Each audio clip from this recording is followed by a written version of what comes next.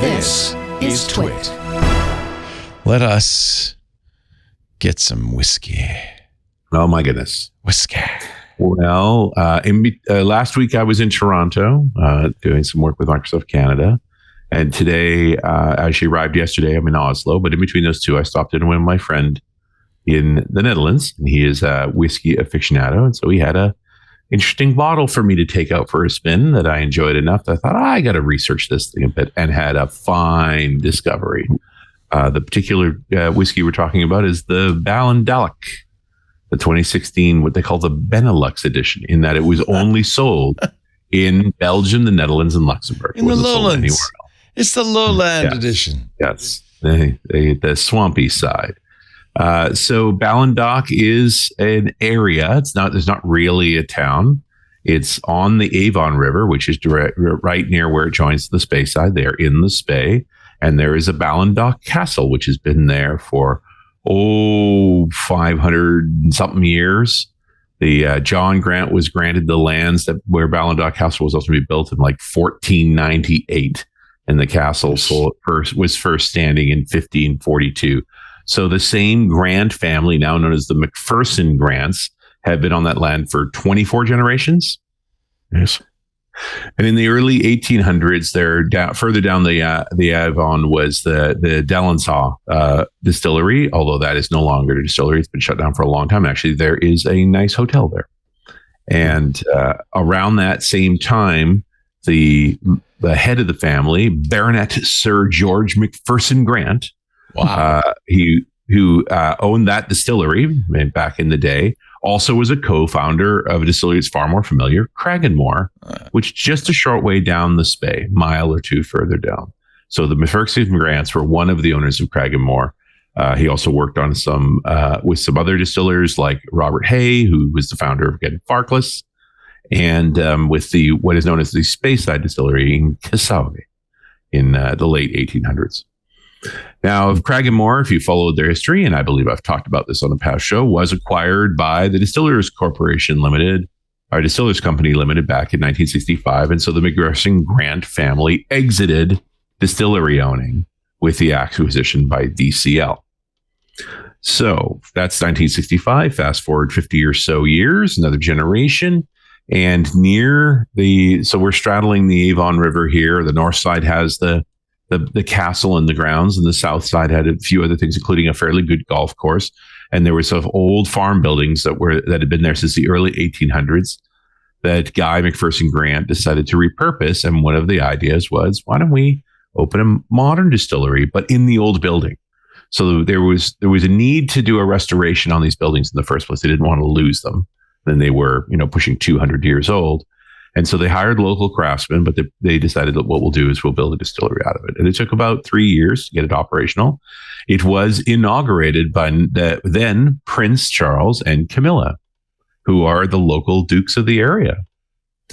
Now, what the Macpherson-Grants decided to do was go 100% old school.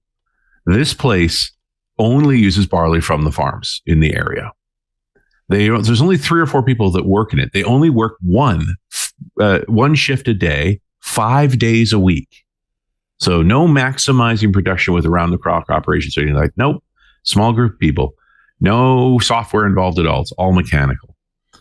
And they've got Oregon Pinewood washbacks. They're small. They're 5,000 liters each, and they've got 5 of them.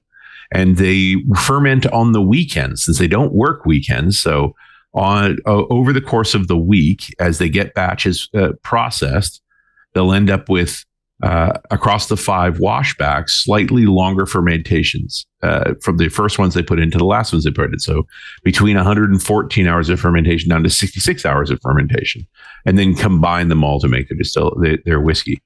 They only have a single wash still. It's only 5,000 liters. That's very small. And then the spirit still is 3,600 liters, which is incredibly small. And they use worm tube cooling, the old school way. The spirit safe they have is actually from Cragganmore. It's used.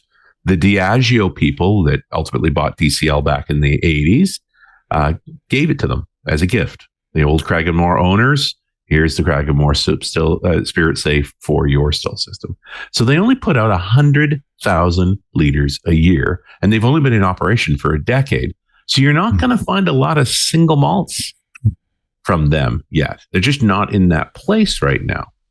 But they have a warehouse, and it is full to the point where they've been putting together other warehouses in the regions around Glenfarclas, because they've been making, even at 100,000 liters a year, they're racking them up and letting them age. Now, I've not been to this distillery. It doesn't actually have a visitor center, but they do tours, because so many few people work there. Folks that write about doing a tour of that place, they were toured by the master distiller himself.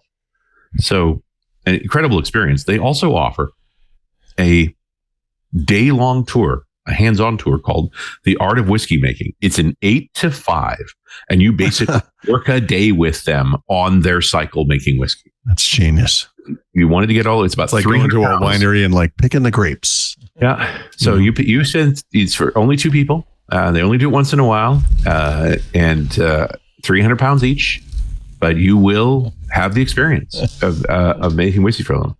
They also have a thing called the Estate Club. You can be a member of the Estate Club. It's 600 pounds, but it's a one-time payment. At this point, that membership lasts till 2029. So it's kind of like a wine club, because it gives you priority on their custom bottlings.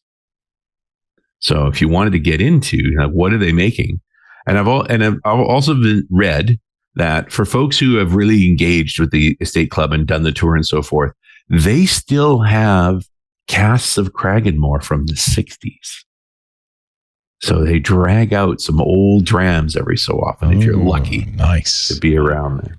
Oh. So there's a bunch of different whiskeys that they make, and many of them are quite experimental because they haven't been around long enough. And this Benelux edition is an example of this. So aged in a bourbon cask, and only bourbon.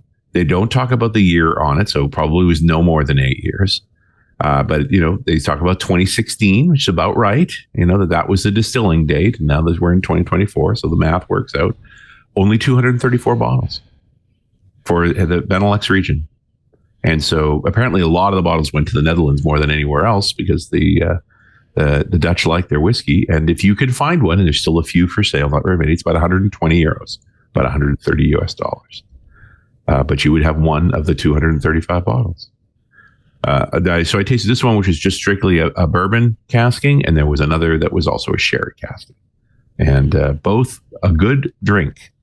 And again, not any of your classic, like super old school, the ultimate manifestation of single malt. Everything was made, in sight of that distillery, but not those long agings. They just haven't had the time to do that yet. But they've won some awards for the fact that they are making whiskey the old-fashioned way. Ballindalloch.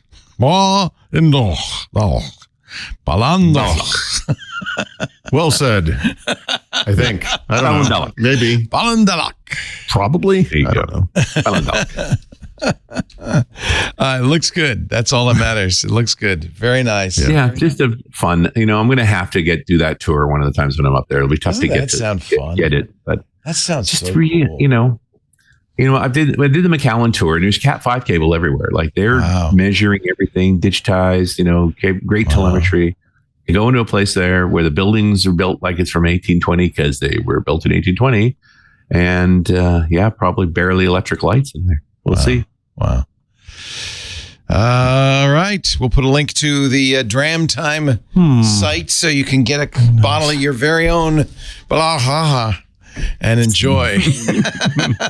Ballindalloch. That's Richard Campbell, who is if he's not a Scotsman of a true Scotsman, he's his own thing. He's a Campbell. Of course, he's a true Scotsman.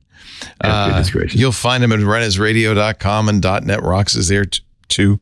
runesradio.com, and of course here with Mr. Paulie Thurrott from thurrott.com, and his books are at leanpub.com. Every Wednesday, 11 a.m. Pacific, 2 p.m. Eastern Time, 1800 UTC, as they say in the Lowlands.